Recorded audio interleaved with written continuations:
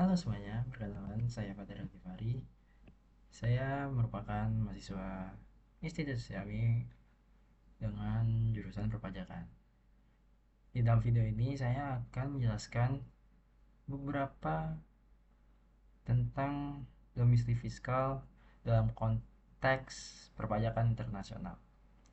Materi ini sangat penting karena berkaitan dengan penentuan negara mana yang berhak mengenakan pajak terhadap penghasilan seseorang atau perusahaan yang memiliki aktivitas lintas negara. Mari kita bahas satu persatu.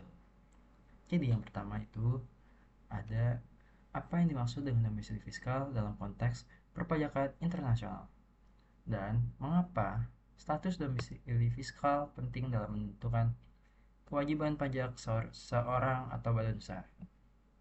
Jadi, domisili fiskal adalah status kependudukan seseorang atau badan usaha untuk tujuan perpajakan. Status ini menentukan apakah seseorang atau perusahaan dianggap sebagai subjek pajak dalam negeri atau subjek pajak luar negeri di suatu negara. Domisili fiskal sangatlah penting karena menjadi dasar bagi suatu negara untuk menentukan hak pemajakannya. Apabila seseorang berstatus sebagai wajib pajak dalam negeri, maka umumnya negara tersebut berhak mengenakan pajak atas seluruh penghasilannya, baik yang berasal dari dalam negeri maupun luar negeri, atau yang dikenal dengan prinsip worldwide income. Dan sebaliknya, apabila seseorang berstatus sebagai wajib pajak luar negeri, maka pajak biasanya hanya dikenakan atas penghasilan yang berasal dari negara tersebut. Oleh karena itu, penentuan domisili fiskal menjadi faktor utama nih dalam menentukan besarnya kewajiban pajak. Lanjut, yang kedua, sebutkan dan apa itu kriteria utama yang digunakan untuk menentukan domisili fiskal seseorang dan bagaimana perbedaan kriteria ini memengaruhi kewajiban pajak seseorang dan bagaimana domisili fiskal diterapkan pada badan usaha atau perusahaan multinasional. Oke, jadi kita bahas pertama kriteria utamanya dulu nih dalam menentukan domisili fiskal pribadi, yaitu antara lain yang pertama lama tinggal atau kehadiran fisik. Misalnya, seorang tinggal lebih dari 183 hari dalam satu tahun pajak. Dan yang kedua yaitu tempat tinggal tetap atau permanent home, atau memiliki tempat tinggal di Indonesia. Yang ketiga yaitu pusat kepentingan ekonomi dan pribadi seperti lokasi keluarga, pekerjaan, investasi, dan kegiatan usaha. Dan yang terakhir yaitu niat untuk menetap dalam jangka waktu tertentu. Jadi, perbedaan kriteria tersebut dapat menyebabkan seseorang dianggap sebagai wajib pajak di lebih dari satu negara. Kondisi ini berpotensi menimbulkan pajak berganda apabila tidak diatur melalui perjanjian internasional. Dan untuk badan usaha atau perusahaan multinasional, domisili fiskal biasanya ditentukan berdasarkan satu, tempat pendirian perusahaan. Yang kedua, yaitu tempat manajemen atau pengendalian perusahaan dilakukan. Dan yang terakhir yaitu tempat pengambilan keputusan strategis perusahaan. Oke, lanjut ke penjelasan selanjutnya. Itu apa yang dimaksud dengan tempat pengelolaan dan pengendalian serta tempat kedudukan perusahaan dalam konteks penentuan domisili fiskal badan usaha. Jadi, tempat pengelolaan dan pengendalian adalah lokasi di mana keputusan penting perusahaan dibuat dan aktivitas manajemen utama dijalankan. Misalnya, lokasi direksi melakukan rapat, menentukan kebijakan bisnis, serta mengendalikan operasional perusahaan. Sementara itu, tempat kedudukan perusahaan adalah lokasi resmi perusahaan didaftarkan secara hukum sesuai ketentuan negara tempat perusahaan berdiri. Dalam praktik perpajakan internasional, kedua faktor tersebut digunakan untuk menentukan negara mana saja yang memiliki hak mengenakan pajak terhadap perusahaan. Apabila perusahaan didirikan di suatu negara, tetapi dikendalikan dari negara lain, dapat muncul sengketa mengenai status domisili fiskalnya.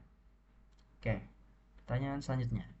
Apa sih perbedaan domisili fiskal dan kewarganegaraan dalam konteks kewajiban pajak internasional? Oke, domisili fiskal dan kewarganegaraan merupakan dua konsep yang berbeda nih. Jadi, yang pertama yaitu kewarganegaraan, yang menunjukkan status hukum seseorang sebagai warga negara tertentu. Sedangkan domisili fiskal menunjukkan negara tempat seseorang dianggap sebagai subjek pajak berdasarkan aturan perpajakan. Contohnya, seseorang warga negara Indonesia yang bekerja dan tinggal secara permanen di Singapura selama bertahun-tahun dapat menjadi wajib pajak Singapura meskipun kewarganegaraannya tetap Indonesia. Dan sebaliknya, seseorang dapat memiliki kewarganegaraan suatu negara tapi tidak lagi menjadi subjek pajak di negara tersebut apabila telah memenuhi syarat domisili fiskal di negara lain. Oke, kita lanjut ke pertanyaan selanjutnya. Seseorang individu yang memiliki domisili fiskal di Indonesia menerima penghasilan dari Indonesia dan Amerika Serikat. Bagaimana domisili fiskal Indonesia memengaruhi kewajiban pajaknya? Oke, apabila seseorang memiliki domisili fiskal di Indonesia, maka Indonesia menerapkan prinsip worldwide income. Artinya, seluruh penghasilan yang diterima baik dari Indonesia maupun dari Amerika Serikat wajib dilaporkan dalam surat pemberitahuan atau yang biasa disebut SPT. Namun, apabila penghasilan tersebut sudah dikenakan pajak di Amerika Serikat, maka wajib pajak dapat memanfaatkan mekanisme kredit pajak luar negeri atau ketentuan dalam perjanjian penghindaran pajak berganda atau P3B agar tidak terjadi pemajakan dua kali atas penghasilan yang sama. Dengan demikian, domisili fiskal di Indonesia menyebabkan seluruh penghasilan global menjadi objek pelaporan dan pengenaan pajak. Oke, lanjut ke pertanyaan selanjutnya. Bagaimana domisili fiskal memengaruhi implementasi P3B atau perjanjian penghindaran pajak berganda? Oke, domisili fiskal merupakan syarat utama untuk memperoleh manfaat dari P3B. Seseorang atau perusahaan harus terlebih dahulu diakui sebagai penduduk pajak atau tax resident suatu negara agar dapat menggunakan ketentuan dalam perjanjian tersebut. Dan P3B bertujuan untuk menghindari pajak berganda dengan membagi hak pemajakan antara negara domisili dan negara sumber penghasilan. Melalui perjanjian ini, wajib pajak dapat mempengaruhi pengurangan tarif pajak, pembebasan pajak tertentu, atau kredit pajak luar negeri.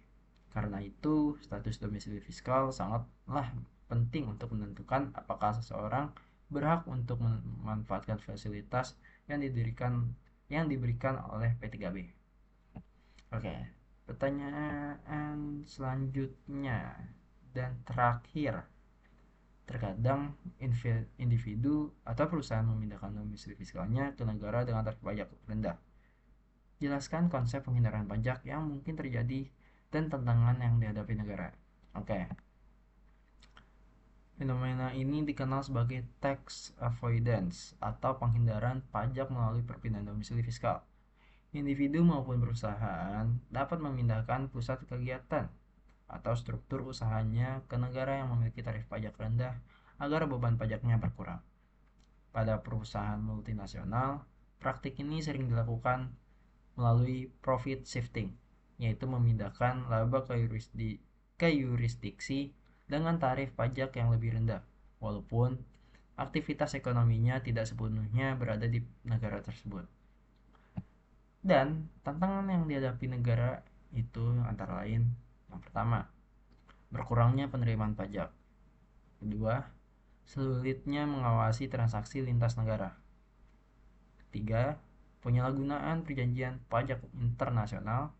Dan terakhir, penggunaan negara suaka pajak atau tax haven.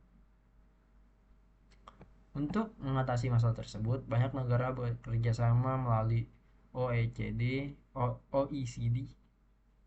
dan berbagai perjanjian internasional guna meningkatkan transparansi serta pertukaran informasi perpajakan. Demikian sedikit penjelasan dari saya. Kesimpulannya yaitu domisili fiskal merupakan konsep utama dalam perpajakan internasional karena menentukan negara yang berhak mengenakan pajak terhadap individu maupun perusahaan. Penentuan domisili fiskal berpengaruh terhadap kewajiban laporan penghasilan global, penerapan perjanjian penghindaran pajak berganda, serta upaya penjagaan penghindaran pajak lintas negara. Sekian penjelasan saya mengenai domisili fiskal dalam perpajakan internasional. Terima kasih sudah mendengarkan dan menonton video saya tentang penjelasan domisili fiskal dalam perpajakan internasional. Sampai jumpa di lain video.